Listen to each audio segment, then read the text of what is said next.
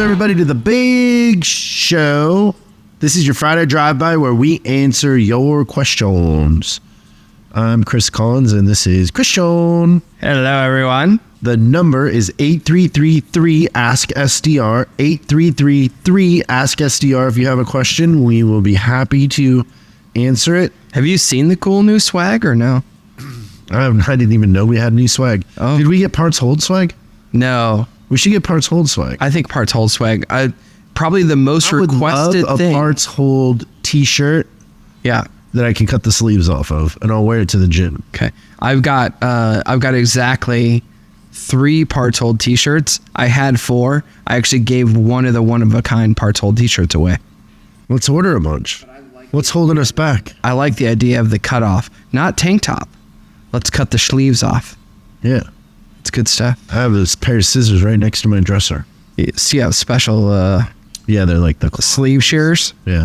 Let's do the question for today. I'm just wondering your take on holding your staff accountable. If you think that if you've got staff who's underperforming or not kind of, up to snuff, if you think it's better to kind of prune the tree and, take that, like just replace those members, maybe scale back the schedule and kind of shrink to grow, or if you think it's better to kind of like make changes, almost like hockey line changes, like in game, like you just kind of put up with some sort of shortcomings until you find better replacements and kind of change on the fly.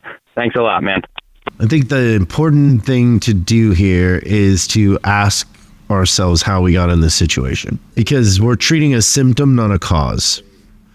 And so my question, so a manager will come up to me and he'll say, hey, Chris. That's how they say it. Hey, Chris. Oh, yeah. What do you think that is? Is that 2 S's? Because it sounds dragged out a bit. Chris. I don't know. I never thought about that. Yeah, I think it's 2 S's. But they say, hey, Chris, what do you do if your advisors won't do walk-arounds? And then I say... Do you want me to say what you would say? Yeah. Well, who's in charge? Oh. I thought I would say, well, when did it become negotiable? Oh, you say that too. I have a saying around the house that I say all the time, and it is, don't negotiate with a bulldog. That's right. I have 4 bulldogs, by the way. And whenever we get a new person, a new assistant or help or whatever, and then the dogs are smarter than the person or more stubborn than the person.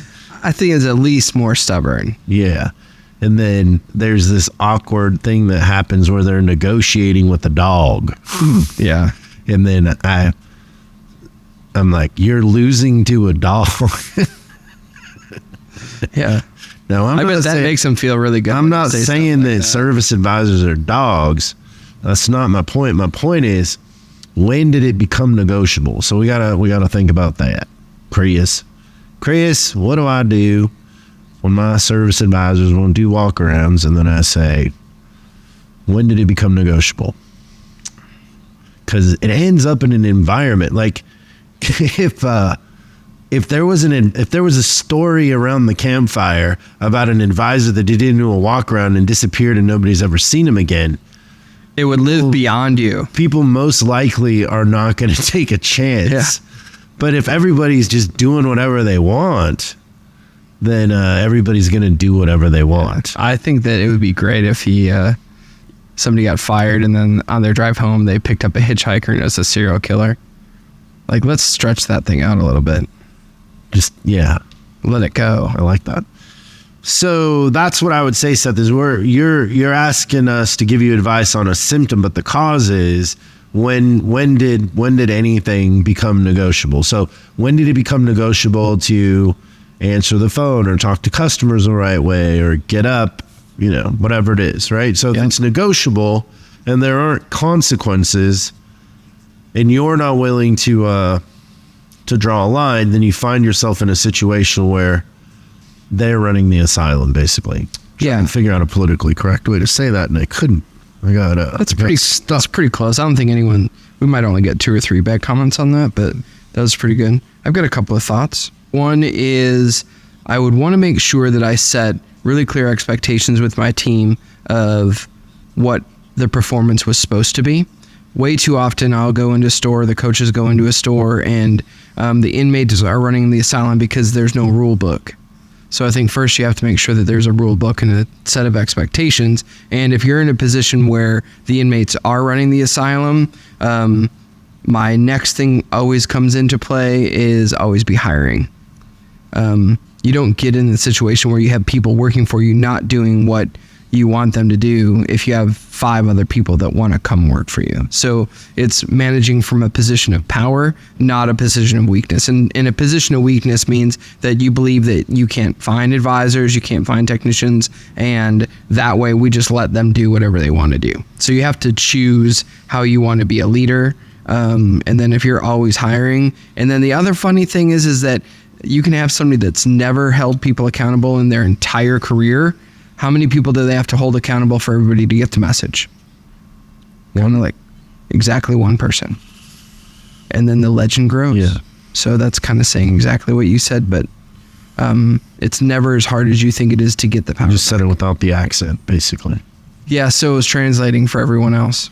So the thing too, Seth, that I do, and there is a thought that like, if more people quit on you than you have to fire, you're probably doing this the right way. And what I do is before I fire, I get in real close. And so let's say, for example, somebody isn't doing a walk around, just for a loose analogy, right? So I would say like, hey, Joe, why do you think we do walk arounds, And we would have that conversation and say, well, okay, good. That's not really why, but this is why. Because they're going to get it wrong. Yeah, probably. And then I would say, and it's, it's important, and I'm trying to create some consistency. And not only do I want you to do a walk around, I want you to do it with some enthusiasm, and I want it to have an effect. I want you to make friends with the customer. And so I explain why and the outcome. Then I ask them to kind of repeat it back to me. Like, what did you understand about that? And they'll get that wrong. And then you got to do that a couple times. Say, okay, well, what would you predict my feelings would be if I saw you not do a walk around? Yeah. Would you understand that my feelings would be very hurt? Then I would say, Tom, you really hurt my feelings. And then I would stand out there next to Tom. And, until your feelings weren't hurt anymore? No, my feelings are still very hurt, but I would stand out there. Like I said, I get in close. I would stand out there and this is physically close. Yeah, I might even, if he didn't do a walk around, I might even do it for him. I don't know. And then that's going to irritate Tom. Yeah. And then Tom is going to, either Tom's head is going to explode or Tom's going to start doing walkarounds. And then should Tom not start doing walkarounds, then I'll make the decision for Tom. But usually me standing there, me like constantly watching it's gonna either change the behavior or the person is just gonna go, hey, I can't do this. Yeah. I can't work under this pressure, this environment.